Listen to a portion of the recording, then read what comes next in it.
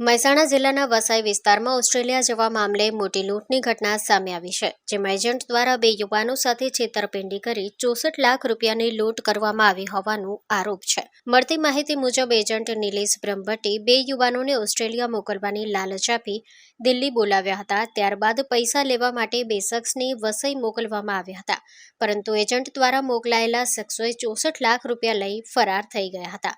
આ ઘટનાની જાણ થતાં દિલ્હી ખાતે હોટલમાં રોકાયેલા બંને યુવાનો તરત જ પરત વસઈ આવ્યા હતા. પીડિત યુવક મુકેશ વણજારાએ જણાવ્યું હતું કે અમને દિલ્હીની હોટલમાં રોકવામાં આવ્યા હતા. લૂંટની જાણ થતાં જ અમે ત્યાંથી બહાર નીકળવાનો પ્રયાસ કર્યો હતો. હોટલના બાકી રહેલા પૈસા ચૂકવીને તરત જ અમે પરત નીકળી ગયા.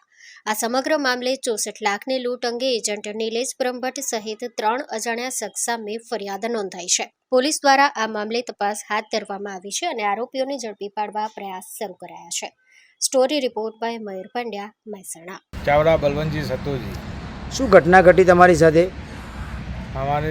અમને મારા બાબલાને ઓસ્ટ્રેલિયા જવાની લાલચ આપી હતી આ લોકોએ, કે મારા બાબલાને દિલ્હીની ટિકિટ કરાવી. આ લોકોએ દિલ્હી જઈને કે તમે પેમેન્ટ હોય બતાવી દો અમને, તો તમારા બાબલાની ઓસ્ટ્રેલિયાની ટિકિટ લઈ લે, સવારે ઉતરી જશે. સવારે ઉતરશે પછી અમે પેમેન્ટ લઈને નીકળશું હોયથી.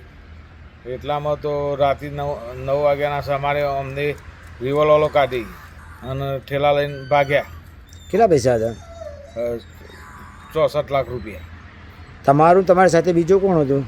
મુકેશ, મારા બાબલો ને મુકેશભાઈ વણઝારા, 2 જણા ઓસ્ટ્રેલિયા જવા નીકળ્યા હતા. વણઝારા મુકેશ મોતીજી. શું તને ઓસ્ટ્રેલિયા જવાનું હતું? હા, અમે અને સિદ્ધરાજસિંહ ચાવડા 2 જણા ઓસ્ટ્રેલિયા જતા હતા. હા. એક હજારને લઈ જતા હતા. અમદાવાદથી દિલ્હીની ટિકિટ કરાવી અને દિલ્હી જઈને અમને રૂમ બુકિંગ કરાવ્યું. તે રૂમ ઉપર ગયા અમે ટેક્સી લઈને. તે રૂમ બુકિંગ કરાવી, તે રૂમમાં અમે ગયા, એને બુકિંગ કરાવેલું હતું. તે અમને એક દિવસ રોકવાને અમે, અને પછી એ ભાઈ કહેતો કે તમે પેમેન્ટ પૂરું કરી દો, પેમેન્ટ પૂરું થશે એટલે તમારી ટિકિટ આવશે. ત્યાં સુધી મારા 2 માણસો આવશે, તે માણસો તમારા 2 માણસો જોડે રોકાશે. રહ્યા પેમેન્ટ તમે પૂરું કરી દો, બતાવી દો, ત્યાં સુધી એ માણસ રોકાશે. પછી એ માણસો જ્યાં સુધી તમારી ટિકિટ નહીં આવે ત્યાં સુધી એ રોકાશે. પછી તમારી ટિકિટ આવશે તુરંત કે પૈસા એ ભાઈને આપી દેજો અમારા માણસોને. તે પછી અમને લગભગ જુઓ ને રાત્રે 9, 9:30 વાગે અમારો ફોન આવ્યો કે પૈસા લઈને ભાગી ગયા. તો અમે તુરંત પછી અમારો ફોન આવ્યો કે તમે ત્યાંથી નીકળી જાઓ. તે અમે હોટલમાં નીકળવા માંડ્યા એટલે હોટલવાળા અમને રોક્યા કે તમારું કે ભાડું બુકિંગ હોટલ કરાવેલી છે પણ ભાડું આપ્યું નથી હોટલનું. પછી 1900 રૂપિયા અમે ભાડું આપી અને ત્યાંથી નીકળી ગયા અમે. તમે એજન્ટને ઓળખો તો? કોઈ વાર મળ્યા હતા? ના, મળ્યા નથી કોઈ દિવસ. તો કેવી રીતે કોન્ટેક્ટ થયો? હા, તો એક વખત આગળ ગયેલા હતા ને અમે મલેશિયા, એ રીતે ફોનમાંથી કોન્ટેક્ટ થયેલો હતો.